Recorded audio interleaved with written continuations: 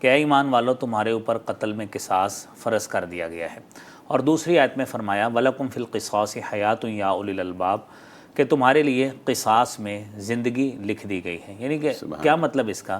مطلب یہ ہے کہ اگر آپ اپنی زندگی کی ورتھ منوانا چاہتے ہیں، قیمت قدر و قیمت منوانا چاہتے ہیں، زندگی کسی کی بھی یہ ایم لیس نہیں ہے، اس کی قدر و منزلت ہے، اللہ کے ہاں اس کی بڑی قدردانی ہے۔ تو اسی لیے جان کی حرمت شریعت میں بڑا اہم ہمارا موضوع ہے، جس پہ ہم بات بھی آگے کریں گے۔ تو بات یہ ہے کہ اگر ہم یعنی زندگی میں اپنی قدر و منزلت بنوانا چاہتے ہیں تو شریعت میں یہ بڑا اہم قاعدہ اور کلیہ ہے کہ وَلَكُمْ فِي الْقِصَاصِ حَيَاةٌ، یہ بنیادی مقصد ہے۔ دیکھیے جب ہم حدود کی بات کرتے ہیں یا تعزیر کی بات کرتے ہیں تو ہمیں یہ فرق سمجھنا ہوگا کہ حدود اللہ میں یعنی سب سے پہلے دیکھیے یہ ایک قصاص ہے، قتل کا بدلہ، قتل لیا جاتا ہے، جس طرح کہ قرآن کریم کا حکم بھی ہے، تو وہ ہے قصاص۔ پھر اس کے بعد جب ہم دوسری حدود کی بات کرتے ہیں تو وہ 5 حدود ہیں۔ ڈاکٹر صاحب آپ کی بات کر رہا ہوں، یہ ذرا ہمارے ناظرین کو بتائیے گا کہ دیکھیں آپ نے جو آیت پڑھی ہے اس میں قصاص کو زندگی کہا گیا ہے، جی جبکہ اگر عقلی لحاظ سے ہم دیکھیں تو قصاص بھی قتل ہی ہوتا ہے نا، یعنی آپ ایک قصاص میں بدلے میں ایک قاتل کو قتل کرتے ہیں، تو ایک بندے کو قتل کرنے کو زندگی کہنا یہ مفہوم کیا ہے؟ یہ اصل میں بلال صاحب دیکھیے زندگی کی ورتھ اپروو کرا رہے ہیں اللہ رب العالمین، سبحان کہ اگر ہم نے کسی کو اسی طرح شتر بے مہار چھوڑ دیا تو وہ آج ایک قتل کیا ہے، کل کو دوسرا کرے گا، تیسرا کرے گا، وہ قتل کرتا رہے گا، اس کا ہاتھ کھل جائے گا۔ اس کے ہاتھ کو باندھنے کے لیے، لوگوں میں عبرت پیدا کرنے کے لیے، دیکھیں قرآن کریم میں چوری کی سزا بتائی ہے نا، کہا گیا جزاء بما کسب نکالا من اللہ۔ جب وہ شخص قتل ہوگا تو لوگوں کے سامنے وہ عبرت کا سما لوگوں کے لیے ہوگا کہ جس شخص نے کسی کی جان کو ہاتھ میں لیا ہے اور اس کو قتل کیا ہے کسی جان کو، تو اس کی سزا یہ ہوتی ہے اپنی زندگی سے ہاتھ دھونا پڑے گا تاکہ دوسروں کی زندگی محفوظ رہے۔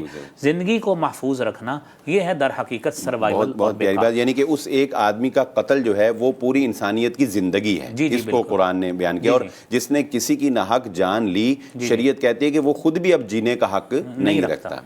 جی اسی کو ہی آگے بتایا گیا قرآن کریم میں سورہ مائدہ میں من قتل نفسا بغیر نفس فکأنما قتل الناس جمیعا، کیونکہ شریعت میں اس کے کافی احکام ہیں کہ اگر کسی نے کسی کو بغیر کسی قصور کے، دیکھیں نا حدود کا نفاذ کرنا ریاست کی ذمہ داری ہے، قاتل کو قتل کرنا ریاست کی ذمہ داری ہے، قانون امپلیمنٹ کروانا ریاستی اداروں کی ذمہ داری ہے۔ تو قرآن کہتا ہے من قتل نفسا بغیر نفس و فساد فی الارض، یا کسی نے اس طرح قتل کر دیا بغیر کسی جان کے بدلے میں یا زمین میں فساد کرتے ہوئے، فکأنما قتل الناس جمیعا، گویا اس نے ساری انسانیت کا قتل کر دیا۔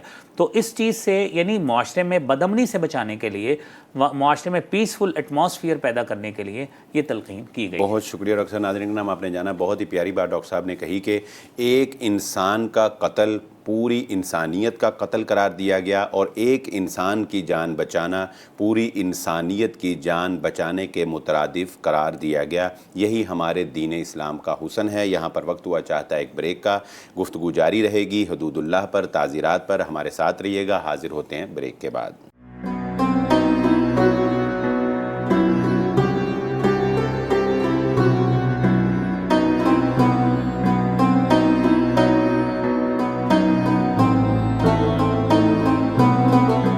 ویلکم بیک ناظرین، پروگرام ستارہ حرم میں تعزیرات اسلامی کے حوالے سے ہماری گفتگو جاری ہے۔ ڈاکٹر صاحب یہ فرمائیے گا کہ وہ کون سے سخت ترین جرائم ہیں جن پر شریعت نے سخت ترین سزائیں جو ہیں وہ منتخب کی ہیں، اور تھوڑا سا ہمارے ناظرین کو یہ بھی بتا دیجیے گا کہ یہ سزائیں جو آپ نے اپلائی کرنی ہیں، جب آپ نے ان کو معاشرے میں رائج کرنا ہے، تو کیا یہ سر عام ہونی چاہیے یا ایک بند کمرے میں ہونی چاہیے؟ کیا کوئی سزائیں ایسی بھی ہیں جو عام لوگوں کے درمیان چوک چوراہے میں جو ہے وہ دی جائیں؟ یہ ذرا وضاحت۔ جی یہ نا آپ کا کافی ملٹی ڈائمینشنل کویسچن ہے، ہم ایک ایک فیز کر کے اس کو ڈسکس کرتے ہیں۔ پہلی بات ہے جو آپ نے بات کہی ہے حدود کے حوالے سے، میں یہ واضح کر دوں کہ حدود اللہ اور چیز ہیں، اس میں ترمیم یا تخفیف یا اس کو کسی بھی طرح ڈیمینش کرنا، یہ تخفیف کرنا، یہ ہمارے بس میں نہیں ہے، شریعت کا قانون ہے۔ ہاں البتہ تعزیر کی سزائیں ایسی ہوتی ہیں جو وقت کا قاضی، وقت کا حاکم یا جج جرم کی نوعیت کو دیکھ کر، اس بندے کو دیکھ کر اس کی سزا میں کمی بیشی یا اس حوالے سے رد و بدل کر سکتا ہے۔ اب یہ بات الگ۔ اب آگے ہے قصاص۔ پہلی بات ہے قصاص کے حوالے سے کہا گیا کہ من یقتل مؤمنا متعمدا فجزاؤہ جہنم، کہ جو شخص قتل کرتا ہے کسی مومن کو جان بوجھ کر، اس کی جزا ہے، بدلہ ہے، وہ جہنم ہے، خالداً فیہا، اس میں وہ ہمیشہ رہے گا، اللہ کا غضب اس پہ ہے، اللہ کی لعنت ہے، اللہ نے اس کے لیے بڑا عذاب تیار کیا ہے۔ یہ 5 قسم کی ایک قسم کی پھٹکاریں ہیں، ڈیمنیشنز ہیں جو اللہ کی طرف سے اس کی طرف ہوں گی۔ یہ آخرت میں ہے۔ آخرت میں، دنیا میں قصاص اس کے لیے ہے جو دنیا میں بتایا گیا، وَلَكُمْ فِي الْقِصَاصِ حَيَاةٌ۔ پھر اگلی بات ہے جو حدود کی بات ہے۔ حدود میں چوری کی سزا ہے، زنا کی سزا ہے، تہمت کی سزا ہے، شراب کی سزا ہے۔ تو یہ سزائیں جو ہے نا، یہ حدود اللہ میں ہیں۔ اب دیکھیے، سب سے پہلی بات ہے، ہم بات کرتے ہیں چوری کی سزا کے حوالے سے۔ اب چوری کی سزا یہ ہے، قرآن کہتا ہے وَالسَّارِقُ وَالسَّارِقَةُ فَاقْطَعُوا أَيْدِيَهُمَا جَزَاءً بِمَا كَسَبَا نَكَالًا مِّنَ اللَّهِ۔ چوری کرنے والا مرد ہو یا عورت ہو، اب ان کی کیفیت کیا ہوگی؟ یہ ان کا حکم یہ ہے فَاقْطَعُوا أَيْدِيَهُمَا، ان کا ہاتھ کاٹ دو، جزاء بما کسبا نکالا من اللہ، یہ بدلہ ہے جو انہوں نے کرتوت کیے ہیں، اور نکالا من اللہ، اللہ کی طرف سے عبرت ہے۔ جب یہ معاشرے میں اپنا ہاتھ کٹوا کے پھرے گا تو دنیا دیکھے گی کہ جو شخص کسی کا ناحق مال لیتا ہے اس کی کیفیت یہ ہے۔ پھر اس کے بعد ہے دوسری بات ڈاکہ زنی کے حوالے سے۔ قرآن کریم کی بڑی اہم آیت ہے، اس کا شان نزول عقل اور ارینا قبیلے کے حوالے سے ہے، جو شریعت اسلامیہ میں سب سے سخت سزا، اس سے زیادہ سخت سزا اور کوئی نہیں ہے۔ ہم اگر وقت بچا تو وہ واقعہ بھی آخر میں پیش کر دیں گے۔ بتایا گیا انما جزاء الذین یحاربون اللہ ورسولہ، وہ لوگ جو اللہ اور اس کے رسول سے جنگ کرتے ہیں، یسعون فی الارض فسادا، یہ ڈاکہ زنی کے حوالے سے کہ جو زمین میں فساد کرتے ہیں، دہشت پھیلاتے ہیں، دہشت گردی کرتے ہیں، ریاست پاکستان ہو، کوئی بھی ملک ہو، یہ شریعت کا قانون ہے کہ جو بھی ریاست کا امن تباہ کرتے ہیں، لوگوں کی زندگیاں جیرن کرتے ہیں، ان کی سزا کیا ہے؟ ان یقتلوا، انہیں قتل کر دیا جائے۔ یہاں پہ بلال صاحب بڑی اہمیت والی بات ہے، یہ نا باب تفعیل یہ کا صیغہ ہے کہ قتل یقتل تقتیل، جس کو ہوتا ہے بتدریج قتل کرنا، یعنی یہ نہیں ہے کہ آپ اس کی گردن اتار دی بات ختم، اس کو تھوڑا تھوڑا کر کے قتل کریں، سزا دے دے کر، تاکہ وہ تڑپ تڑپ کر مرے۔ یہ اس کا مطلب ہے کہ جس نے ریاست کا امن تباہ کیا ہے، ڈاکہ زنی کی، لوگوں کو اس نے ہراس کیا ہے، تو اس کی کیفیت یہ ہوگی۔ یا وقت کا قاضی اس کو کروسیفائی کرے گا، سلیب پہ، یہ جو ہے نا سولی پہ لٹکائے گا، او تقطع ایدیہم وارجلہم من خلاف، یا ان کے ہاتھ پاؤں برخلاف کاٹے جائیں گے، دایاں ہاتھ بایاں پاؤں، یا بایاں ہاتھ دایاں پاؤں، اور ینفوا من الارض، یا جلا وطن کر دیا جائے گا۔ تو یہ وقت کا قاضی اور حاکم جیسے چاہے وہ سزا دے سکتا ہے۔ یہ دو حدود ہو گئی۔ ڈاکو کی سزا جو ہے وہ چور سے بھی زیادہ سخت ہے۔ جی ڈکیت، کیونکہ اس نے لوگوں کو ہراس کیا ہے، دہشت گردی پھیلائی ہے۔ تو دہشت گردی اگر کوئی ریاستی معاملات میں اداروں میں کرے، اللہ رحم کرے، جس طرح اے پی ایس کا معاملہ ہماری تاریخ کا ایک ڈارک ایک دھبا ہے ہمارے جو ہے نا تاریخ پہ، کہ کتنا بڑی دہشت گردی کا ایونٹ ہوا ہے، تو ایسے میں ان دہشت گردوں کے ساتھ ایسا سلوک کیا جانا چاہیے۔ پھر تیسری بات ہے حدود میں جو زنا کاری ہے، بدکاری ہے۔ قرآن کہتا ہے زانیۃ والزانی فاجلدوا کل واحد منہما 100 جلدہ۔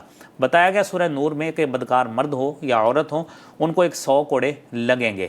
اب یہ ہے، یہ جو بیچلرز ہیں، اب جو شادی شدہ ہوں گے ان کی سزا پتھر کے ساتھ ان کو جو ہے نا ختم کرنا ہے، جس کو ہم عرف عام رجم کہتے ہیں۔ اب یہاں پہ یہ بات بلال صاحب آپ کے سوال کا ایک ساتھ پہلو بھی کور کر لیں۔ کہا گیا ہے کہ جب ان کو سزا دیں وَلْيَشْهَدْ عَذَابَهُمَا طَائِفَةٌ مِّنَ الْمُؤْمِنِينَ، یہ سزا بنیادی طور پر کسی کی جو ہے نا تضحیق نہیں ہے، کسی کو نیچا لگانا نہیں ہے، یہ سزا اصل میں میری آپ کی پورے معاشرے میں ایک باقاعدہ امن کی کیفیت قائم کرنے، ہراسمنٹ کی کیفیت کو دور کرنے کے لیے بنیادی مقصد ہے کہ وَلْيَشْهَدْ عَذَابَهُمَا طَائِفَةٌ مِّنَ الْمُؤْمِنِينَ۔ سورہ نور کی آیت ہے کہ مومنوں کی کثیر جماعت وہاں پہ موجود ہو، لوگ اس کو دیکھیں کہ جو شخص کسی کی عزت اور ناموس پہ حملہ کرتا ہے اس کا حال جو ہے نا وہ یہ ہوتا ہے۔ تو یہ کہا گیا، یہ ہو گئی، یہ تین حدود کی بات ہوگی۔ چوتھی حد کی بات ہے کہ جو شخص کسی پر تہمت لگاتا ہے، یعنی دیکھیں ہمارے ہاں معاشرے میں یہ کتنا آسان کام ہے کہ کسی کی عزت پہ ہم حملہ کر دیں، کسی کی ناموس پہ حملہ کر دیں، اس پہ زنا کی تہمت لگا دیں، اسکینڈلائز کر دیں۔ تو ہمیں یہ بتایا گیا والذین یرمون المحصنات، جو پاک دامن پہ تہمت لگاتے ہیں، ثم لم یاتوا باربعۃ شہداء، پھر وہ 4 گواہ نہیں لے کے آتے، پہلی سزا کیا ہے؟ فجلدوہم 80 جلدہ۔ یہ ہے حدود کی بات، 80 کوڑے لگاؤ، ان کو 80 کوڑے لگاؤ، 4 گواہ نہیں تھے، آپ نے منہ سے بات کیوں نکالی؟ پھر کیا ہے؟ ایک تو یہ کہ آپ کو 80 کوڑے لگیں گے، دوسری بات یہ ہے کہ آپ نے ساری زندگی لا تقبلوا لہم شہادتاً ابدا، توبہ اگر وہ نہیں کرتے تو ساری زندگی وہ کسی معاملے میں گواہی نہیں دے سکتے، گواہی دینے کے لیے تا حیات نااہل ہو جائیں گے، وہ گواہی نہیں دے سکتے۔ تو یہ شریعت کی کتنی کڑی سزا ہے کہ جو شخص کسی کی عزت پہ حملہ کرتا ہے تو اس کی سزا یہ ہے۔ اور پانچویں بات ہے کہ جو شخص شراب پیتا ہے تو شرابی کی جو حد میں سزا ہے وہ ہے 80 کوڑے۔ تو یہ 5 ہیں حدود شریعت میں جو حدود اللہ میں آتی ہیں کہ جو شخص ان کا ارتکاب کرتا ہے اس کی سزا یہ ہے۔ ان 5 کا مقصد بنیادی طور پر یہ ہے کہ میری، آپ کی، تمام کی لوگوں کی عزت کا تحفظ کرنا، معاشرے میں امن پیدا کرنا اور معاشرے میں قانون کی حکمرانی کو رائج کرنا، نظام عدل کا بول بالا کرنا، یہ بنیادی مقصد ہے۔ بہت شکریہ ڈاکٹر صاحب۔ ناظرین کرام، آپ نے جانا کہ 5 جرائم ہیں جن پر شریعت نے سخت ترین سزائیں جو ہیں وہ بیان کی ہیں۔ اس میں سے سب سے پہلے قصاص، یعنی قصاص سب سے پہلے ہماری جان کا تحفظ اسلام نے کیا۔ اس کے بعد ہے چوری، یعنی چوری کی سزا پر اور ڈاکو کی سزا پر شریعت نے ہمارے مال کا تحفظ کیا۔ پھر اس کے بعد ہے زنا کی سزا، تو گویا زنا کی سزا پر شریعت نے ہماری عزتوں کی حفاظت کی، ہمارے عزتوں کو جو ہے وہ تحفظ فراہم کیا۔ پھر اس کے بعد ہے تہمت، اور یہ تہمت بھی پاک دامن عورتوں کی عزت کی حفاظت ہے۔ اور پھر اس کے بعد ہے شراب نوشی، یعنی شریعت نے شراب نوشی کے اوپر حد نافذ کر کے ہمیں معاشرے میں پھیلنے والی ہر طرح کی برائی سے تحفظ فراہم کیا ہے۔ یقیناً شریعت کی ان تعلیمات پر عمل کر کے ہی ہم ایک پرامن معاشرہ تشکیل دے سکتے ہیں۔ یہاں پر وقت ہوا چاہتا ہے ایک بریک کا، ہمارے ساتھ رہیے گا، حاضر ہوتے ہیں بریک کے بعد۔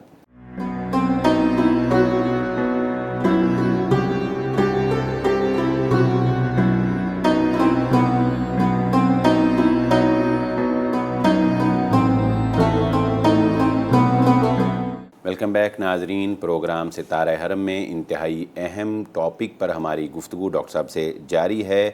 حدود اللہ کیا ہیں، تعزیرات اسلامی کیا ہیں، ان کا نفاذ کتنا ضروری ہے، یہ کس طرح سے کام کرتی ہیں، کس طرح سے ایک پرامن معاشرہ تشکیل پاتا ہے۔ ڈاکٹر صاحب یہ فرمائیے گا کہ ریاست کے اندر امن قائم کرنا، امن و امان قائم کرنا، عوام کو تحفظ فراہم کرنا، یہ ریاست کی ذمہ داری ہوتی ہے۔ تو ریاستی امن کے لیے حدود اللہ کا نفاذ جو ہے وہ کس نوعیت کا ہوتا ہے؟ جی دیکھیے، سب سے پہلے تو میں قرآن کریم کی اس آیت پر گفتگو کرتا ہوں، یا ایھا الذین آمنوا کونوا قوامین للہ شہداء بالقسط، کہ ہم نے ہمیشہ انصاف کا بول بالا قائم کرنے کے لیے انصاف کے لیے گواہی دینی ہے۔ دوسری آیت میں آتا ہے وَلَوْ عَلَىٰ أَنفُسِكُمْ، یہ بات تمہارے اپنے خلاف بھی جاتی ہو، اَوِ الْوَالِدَيْنِ، والدین کے خلاف بھی جاتی ہو، تو آپ نے ہمیشہ انصاف کا بول بالا جو ہے نا وہ کرنا ہے۔ اس میں برادریزم، اس میں ہمارا کسی بھی طرح جو سوشل بیک گراؤنڈ ہے، جو ہمارا پولیٹیکل بیک گراؤنڈ ہے، مذہبی بیک گراؤنڈ ہے، وہ آڑے نہیں آنا چاہیے۔ خلفائے راشدین کی کثیر مثالیں اس میں پریسیڈنٹ کے طور پہ پیش کی جا سکتی ہیں۔ بہت زبردست۔ تو اس میں پھر آپ دیکھیے کہ جب ہم ریاستی باشندے ہیں کسی بھی مسلم ریاست میں، 5 چیزوں کی جو ضرورت ہے نا وہ ہر شخص کو ریاست گارنٹی دیتی ہے۔ اس میں ہے بلال صاحب دیکھیے، دین کا تحفظ نمبر 1، پھر ہے جان کا تحفظ، مال کا تحفظ، عزت کا تحفظ، عقل کا تحفظ۔ یہ 5 چیزیں ہیں۔ یہ جب تک 5 چیزوں کی ضمانت نہیں نہ ملتی اس وقت تک ریاست میں امن نہیں ہو سکتا۔ ڈاکٹر صاحب یہاں پہ میں آپ کی یہ بات بھی تھوڑی سی میرے ناظرین کے لیے وضاحت کرتے جائیں۔ آپ نے جو پہلا لفظ کہا دین کا تحفظ، یعنی اس میں اگر کوئی عیسائی ہے، اگر کوئی یہودی ہے، اگر کوئی ہندو ہے، وہ اسلامی معاشرے میں رہتا ہے تو اسلام جبرن تو اس کو یہ نہیں کہتا کہ وہ جی بالکل، اس کو اس کے دین پر جو ہے وہ بالکل اچھی بات ہے، ہم اس کو فیسیلیٹیٹ کریں گے۔ اگر اس نے دیکھیں عبادت کرنی ہے تو ہمارے ریاست اسلامیہ کے شریعت کے شعار میں شامل ہے، آرکائیوز میں شامل ہے کہ ہم کبھی بھی اس کو کسی بھی طرح مجبور نہیں کریں گے کہ وہ اپنی عبادت نہ کرے یا اس میں ہرڈلز پیدا کریں، ایسا نہیں ہو سکتا۔ اس کو مکمل فیسیلیٹیٹ کریں گے کہ وہ اپنی عبادت اپنی آزادی سے کرے۔ یہ ریاست اسلامیہ کا شعار ہوتا ہے۔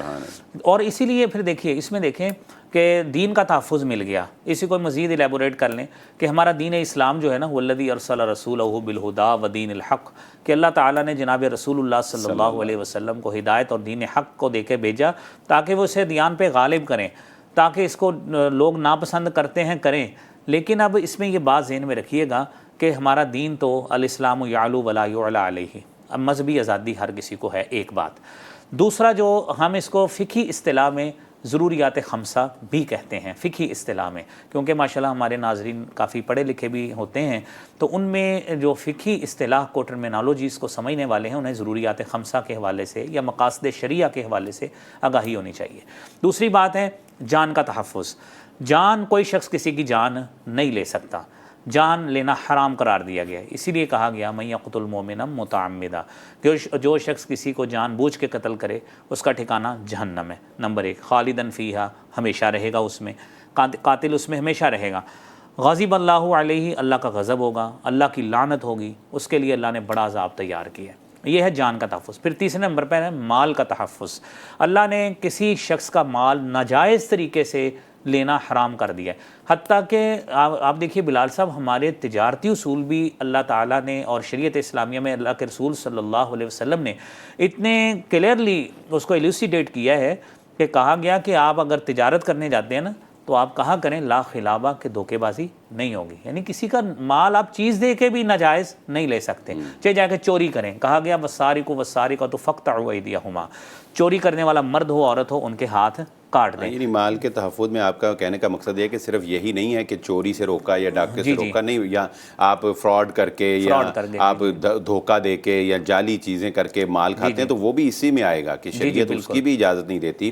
شریعت جب آپ کے مال کا تحفظ فراہم کرتی ہے تو وہ آپ کو مکمل طور پر حلال رزق اور ہر قسم کے ناجائز ذرائع جو بھی ہیں ان کا بھی سد باب کرتی ہے۔ جی بالکل۔ پھر ہے عزت کا تحفظ، یہ چوتھی بات ہے کہ عزت کا تحفظ جب تک نہیں ہوگا ریاست میں امن نہیں ہوتا۔ اب یہ عزت کا تحفظ، ہم نے یہ بریک سے پہلے بات کی تھی کہ عزت کا تحفظ ہونا چاہیے۔ وہ عزت کا تحفظ کس زمرے میں ہے کہ کوئی شخص کسی کی عزت پہ ناموس پہ حملہ نہیں کرے گا، نہ تہمت لگا سکتا ہے، نہ فزیکلی کسی کو ٹارچر کر سکتا ہے، ہراس کر سکتا ہے، شریعت نے حرام قرار دیا ہے، اور جو کرے گا اس کو شریعت کی سزا جو ہے وہ ملے گی۔ اور پھر پانچویں اور آخری بات یہ ہے، شریعت نے ہمیں دیکھے، قرآن کہتا ہے لقد خلقنا الانسان فی احسن تقویم، ہمیں اللہ تعالیٰ نے جو ہے نا کراؤن آف کریشن بنایا، اشرف المخلوقات بنایا، ریشنل اپروچ دی، کائنات میں کسی اور اسپیشی کو یہ نہیں دی گئی، ہمیں دی گئی۔ اور پھر اس عقل کا تقاضا یہ ہے اس کو ایکسپلور، دنیا کے جو شریعت کے معاملات ہیں اس کو ایکسپلور کرنے کے لیے استعمال کریں۔ اسی لیے کہا کہ اگر آپ نے عقل کو معاف کرنے والی چیز استعمال کی، انما الخمر والمیسر والانصاب والازلام رجس، یہ نجس ہے، رجس ہے، اس کے قریب جائیں گے 80 کوڑے لگیں گے۔ تو یہ 5 چیزیں ہوں تو شریعت انشاءاللہ تعالیٰ کسی بھی ریاست میں امن، سکون اور راحت قائم کرنے کی یہ گارنٹی ہے۔ بہت شکریہ ڈاکٹر صاحب۔ ناظرین کرام، آپ نے جانا کہ اگر ان 5 چیزوں کے اوپر عمل کر لیا جائے، ان 5 چیزوں کا تحفظ جو ہے وہ اگر ایک ریاست اپنے عوام کو دینے میں کامیاب ہو جاتی ہے تو وہ معاشرہ تشکیل پاتا ہے جس کی مثال چشم فلک نے حضرت عمر بن خطاب رضی اللہ تعالیٰ عنہ کے دور خلافت میں دیکھی، جس کی مثال رسول اللہ صلی اللہ علیہ وآلہ وسلم نے اس وقت دی جب ایک قبیلے کی سردار عورت نے چوری کی تھی اور حضرت اسامہ بن زید رضی اللہ تعالیٰ عنہ کو صحابہ نے کہا کہ آپ نبی صلی اللہ علیہ وآلہ وسلم سے بات کریں کہ اس میں کچھ نرمی جو ہے وہ کر دی جائے، تو نبی صلی اللہ علیہ وسلم نے فرمایا لو سرقت فاطمہ بنت محمد صلی اللہ علیہ وسلم لقطعت یدہا، تم بات کرتے ہو مجھ سے اس سردار عورت کے بارے میں محمد صلی اللہ علیہ وآلہ وسلم یہ کہتے ہیں کہ اگر خدا نخواستہ ایسا ممکن نہیں تھا، لیکن آپ نے